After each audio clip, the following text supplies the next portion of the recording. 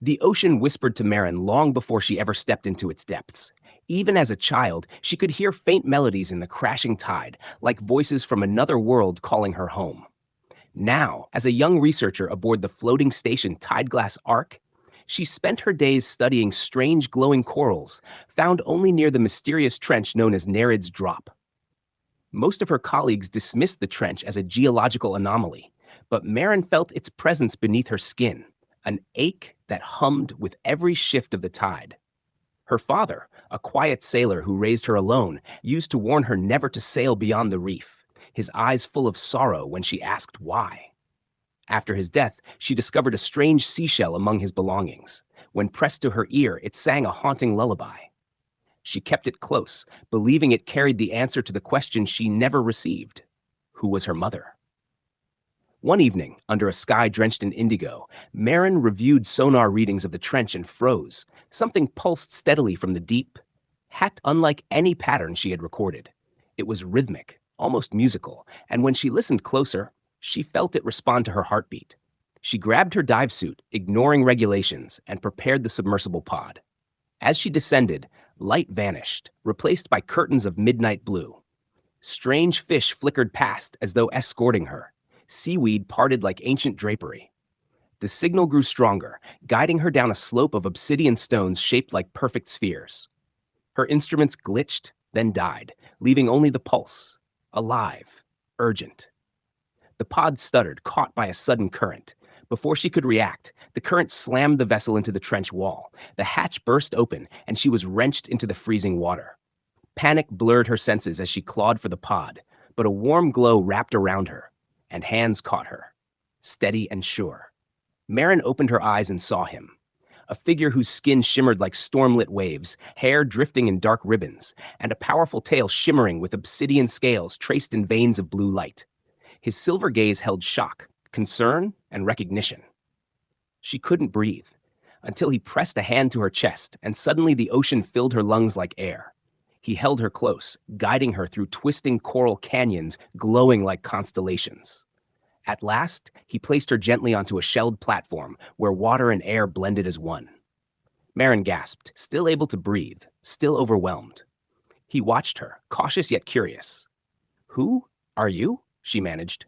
His voice resonated like distant currents. "Kieran," he said, "guardian of Nereid's Drop, you should not be here." His words sounded like warning, but his eyes told another story, one folded with mystery and recognition she couldn't understand. Merman touched the seashell necklace beneath her suit. It pulsed faintly, and Kieran's expression shifted. "Where did you find that?" He whispered, voice trembling. She swallowed, unsure. "It was my mother's, I think." Kieran's body stiffened, tail coiling warily. "Then you are not here by accident." Far below them, the trench roared, like something ancient had awakened. The roar from below rose like a tidal heartbeat, shaking the coral shelf beneath Merman's feet until sand and light swirled upward in frantic spirals. Kieran reacted instantly, placing himself between her and the darkness blooming under the platform. "Stay close," he said, voice tightening. Without waiting, he grasped Merman's wrist and pulled her back into the water, her lungs instinctively drawing it in like breath. Together, they moved through a glowing canyon where luminous anemones unfurled like eyes watching their escape. Merman struggled to keep pace, overwhelmed by the way water obeyed Kieran, parting smoothly around him as though he commanded the sea itself. She wanted to ask what hunted them, but her voice tangled with fear. Glimmers of memory flashed, her father's warnings, the seashell's eerie lullaby, the unspoken truth hiding in her blood. Finally, Kieran slowed at a ledge overlooking a breathtaking spectacle. An undersea city emerged from the abyss, towers woven from pearl and obsidian drifting like underwater spires, connected by bridges of coral that pulsed in shifting colors. Schools of silverfish swam in choreographed waves, shaping patterns that resembled ancient sigils. Merman stared in stunned wonder. There was nothing in her textbooks that explained a place like this. Kieran placed a hand on her back, guiding her beneath an archway leading toward the city. "This is Nereid's Drop," he said quietly. "Our home and the boundary between worlds." Merman murmured, "It's beautiful." But Kieran's face stayed troubled. Beauty is not always safe. As they swam deeper, merfolk appeared, some with vibrant scales like living gemstones, others with muted colors resembling shifting tides. They froze at the sight of Merrin, their eyes widening in disbelief before scattering like startled birds. A few watched from a distance, whispering behind shimmering fins. Merrin felt their awe bleed into fear, like she was a storm they hadn't expected. "They know what you are," Chiron said. "Even if you don't." His tone was heavy, like the truth weighed him down. They stopped at a grand structure carved from mother of pearl shaped like a spiraling seashell. Silver currents circled it as though guarding its walls. "This," Chiron murmured, "is the Hall of Tides. The council waits inside." Before they entered, Chiron paused. "You must not show fear," he warned softly. "They will sense it." Merrin drew a shaky breath, water filling her lungs with cold calm. She nodded. Together they entered the hall, where light rippled from every surface. Three elders drifted above a circular pool, one with silver tail and flowing hair like moonlight, another with emerald scales and sharp eyes that pierced like spears, and a third whose golden tail glowed with warmth. The silver elder Vela regarded Merrin with controlled emotion. "So, the child of two worlds returns." The emerald elder Tharos hissed, "She should not be here." His gaze was pure accusation. Merrin's pulse hammered. Vila raised a hand and currents gathered around Merrin, gentle, probing. The hall fell silent when her wrist glowed. The sigil beneath her skin ignited, shining like a memory waking. Gasps rippled among the council. Tharos's voice dropped to a threat. "The abyss will come for her. It already stirs." Chiron stepped forward, protective. "Then we must keep her safe." But Vela's expression darkened with ancient fear. "No, Guardian. To keep her safe, we may need to let her go." Merrin's heart sank as the trench below rumbled once more. Louder, closer, as though answering her awakening. The rumble deepened, shaking the Hall of Tides until glowing sand drifted from the ceiling like falling stars. Merrin stumbled as the current surged beneath her feet, but Chiron steadied her, his tail wrapping protectively around her legs. The elders exchanged tense glances. Tharos gripped his coral staff, whispering a command that fortified the walls with a pulsing green barrier. Vela's silver eyes remained locked on Merrin. "Your arrival woke them," she said. "They have sensed your blood." Before Merrin could speak, the golden elder, Cyril, glided forward, radiating warmth like sunlight through water. "We know you have questions," he said gently, "but there is little time before the abyssal breach this realm." Merrin swallowed hard. "I don't understand. What are the abyssal?" Cyril hesitated, glancing to Vela. She answered instead. "Creatures from below the gate of Uldran, born of broken magic, of hunger without end."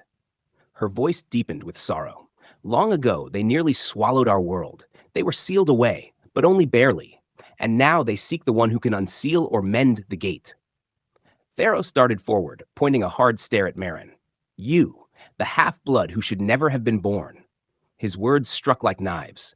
Merrin recoiled, anger sparking beneath her fear, but Chiron blocked Tharos' advance with a low growl rippling through the currents. "Watch your tongue," Chiron warned, eyes blazing. The room crackled with tension until Vela intervened. "Enough." Her calm silenced the hall. She turned to Merrin. "Your mother, Narina, loved a human. When the abyssal rose, she and your father combined their power to seal the gate, but it cost them their lives. Their last act was to send you to the surface, where the abyssal could not sense your pulse." Merrin's breath hitched as memories flickered, her father's hands gripping hers on stormy nights, telling her the sea was both gift, and danger, his sadness whenever she asked about her mother. Now she understood why. "Why? Am I being called back?" she whispered. Before anyone answered, another tremor shook the hall. This time the barrier flickered. Vela's calm faltered. "We cannot stay here. The abyssal breach grows." She gestured to Kiran. "Take her to the archive. She must see what lies hidden."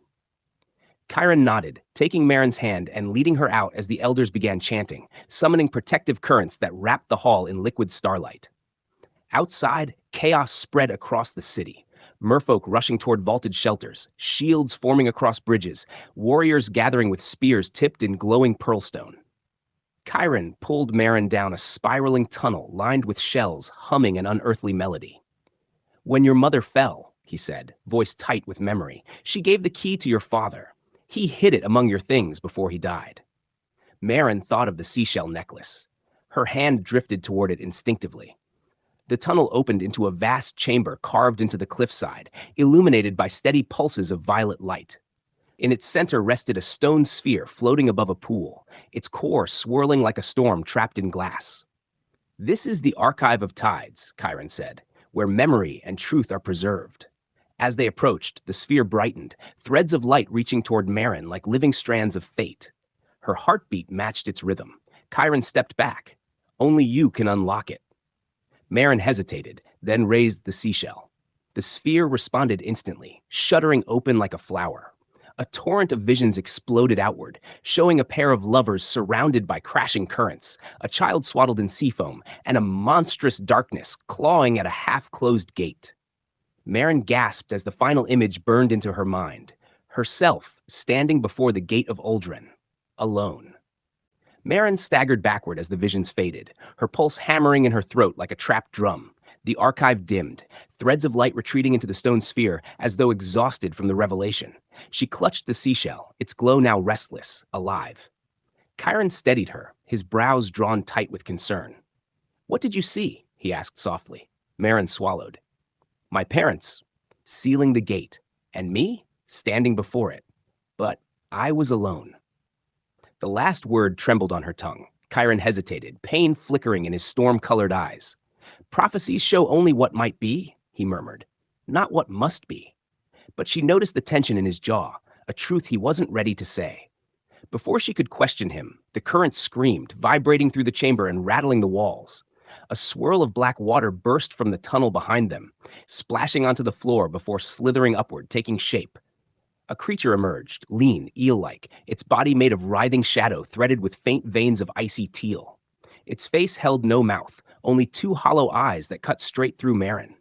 Instinctively, Chiron lunged forward, raising a spiraling shield of swirling blue current. The abyssal hissed, not with sound, but by invading Merman's mind like a cold void. "The gate remembers you." Merman cried out, clutching her head as images of drowning cities and screaming souls flashed before her eyes. Chiron roared, tail coiling with electric light, and hurled the shield forward. The force struck the creature, shredding part of its form like smoke and wind. But it reformed, swimming around the chamber with unnatural speed. "We need to go, now!" Chiron grabbed Merman's arm. But before they could flee, the abyssal darted behind her. Currents twisted into claws, reaching toward the glowing mark on her wrist. Merman raised her hands instinctively, and the sigil blazed, releasing a pulse of brilliant white. The creature shrieked, recoiling as cracks split its body like shattered glass. Chiron stared, stunned. "You wield the seal's energy," he breathed. Even untrained. Merman's hands trembled. She'd felt her power pour out like instinct, wild and overwhelming. But the creature was not destroyed, only angered. It lunged again, moving with terrifying hunger. Chiron slammed into it mid-charge, driving his glowing tail like a blade through its form. The abyssal shrieked, bursting into dark fragments that dissolved into the currents. Silence slammed into the chamber. Merman dropped to her knees, breath ragged. Chiron knelt in front of her, hands warm on her shoulders. "Are you hurt?" She shook her head, though her heart raced dangerously. "Why was it after me?" Chiron's eyes softened with sorrow. "Because your blood is the key to the gate of Uldren. If they take your power, the gate will fall." Before Merman could speak, Vela and a squad of warriors arrived, weapons glowing. The elder's expression wavered between relief and grief. Seeing the lingering darkness, she whispered, "This is only the beginning." Theros glowered from behind her. "Take her to the surface, now," he demanded. "Her presence endangers us all." Chiron bristled, voice sharp. "Send her away, and the abyssal will follow her to the human world. No one will be safe." Vela closed her eyes, listening to the currents as though they whispered prophecy. Then she must be hidden, trained. Her gaze fell on Chiron. "You will guard her, always." Chiron bowed his head, not out of obedience, but out of vow. Merman felt the ocean shift around her, as if accepting a fate she had never agreed to. But before doubt could consume her, Chiron placed his hand over her glowing wrist, meeting her gaze with unwavering devotion. "You are not alone," he said quietly. "Not now. Not ever." The warriors dispersed, sealing the chamber behind them with shimmering currents. But Merman could still feel the abyssal's presence lingering like a cold stain in her bones. Chiron guided her through a narrow passage, away from the archive's bruised glow, each step pulling her deeper into the unknown destiny she had never asked for. The tunnel opened into an expanse beneath the city, an ancient refuge carved from moon-pale stone, where glowing flora drifted like floating lanterns and the currents hummed with calming warmth. "You'll be safe here," Chiron said softly, though his eyes betrayed worry. Merman sank onto a bed of moss coral, its tendrils adjusting to cradle her like a gentle tide. "Safe?" she echoed bitterly. "Nothing about this feels safe." Chiron lowered himself beside her, tail curling into the soft sand. "I know." He hesitated, then continued, voice quiet. "Your mother, Narina, was beloved by our people. She was gentle, fearless, and carried the same mark you bear now. When she fell in love with your father, many feared what it meant. A union between land and sea hasn't happened in over 1,000 tides." Merman traced the seashell pendant, its pulse now synchronized with her own heartbeat. "Did you know her?" Chiron's expression softened. "I did. She was my mentor and my friend." His gaze dropped. "We all believed she died sealing the gate. None knew she bore a child." Merman swallowed as questions pressed inside her. Why her mother risked everything, why she was sent away, why Chiron looked at her with such conflict. But before she could speak, the water shuddered, faint bells rang throughout the city, soft, trembling signals that echoed through the coral halls.